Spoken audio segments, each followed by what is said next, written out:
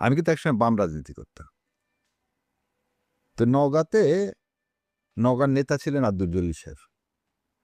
তো আব্দুল জলিল সাহেব নওগাঁ স্টেডিয়ামে একটা সঙ্গীত অনুষ্ঠান করছিলেন।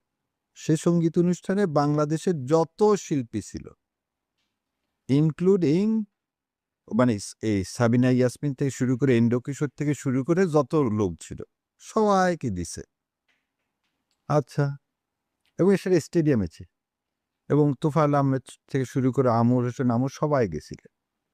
প্রচুর লোক হয়েছিল।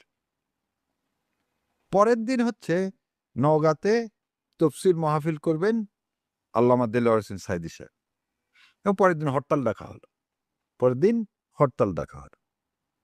তাই আমি বললাম, আগে বাম ফ্রন্ট করতাম, বাম রাজনীতি করতাম, দেলোয়ার হোসেন সাঈদী সম্পর্কে তো আমাদের নেগেটিভ ধারণা ছিল।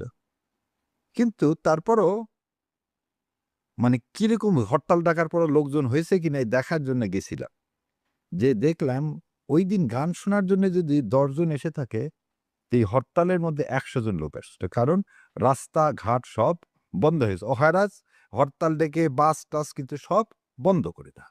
তার মানে কি, আল্লাহ এই জমিনকে কেন খালি জায়নামাজ বললেন? দেখেন, এই জমিন উর্বর হয়ে আছে ইসলাম কায়েমের জন্য।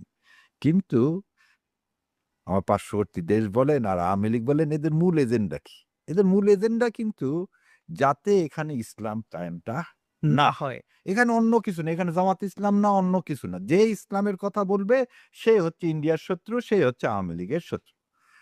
আরেকটা উদাহরণ দিই। অধ্যাপক গোলাম আজম সাহেব যেদিন মারা গেলেন,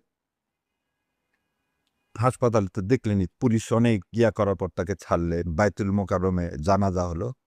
তা আমি সেই জানাজায় গেলাম। জানাজায় যে জানাজা পড়লাম, পড়ার পরে আমি আস্তে, আস্তে হেঁটে যাচ্ছি। আর চিন্তা করতেছি, একটা লোককে সারা জীবন আমরা ছাত্র বয়সে বলে আসছি রাজাকার। একটা লোককে আপনি পানিশমেন্ট দিলে কি হিসাবে? যুদ্ধাপরাধী হিসাবে। এবং সেই সময় আওয়ামী লীগ সরকার, পুলিশ চারিদিকে ব্যারিকেড দিয়ে দিছে। ঢাকা থেকে ওকে আসতে দিবে না। সেই অবস্থাতেও তার বাড়ি পর্যন্ত যেতে আমার এখনো মনে আছে ১৫-২০ মিনিট লাগছিল।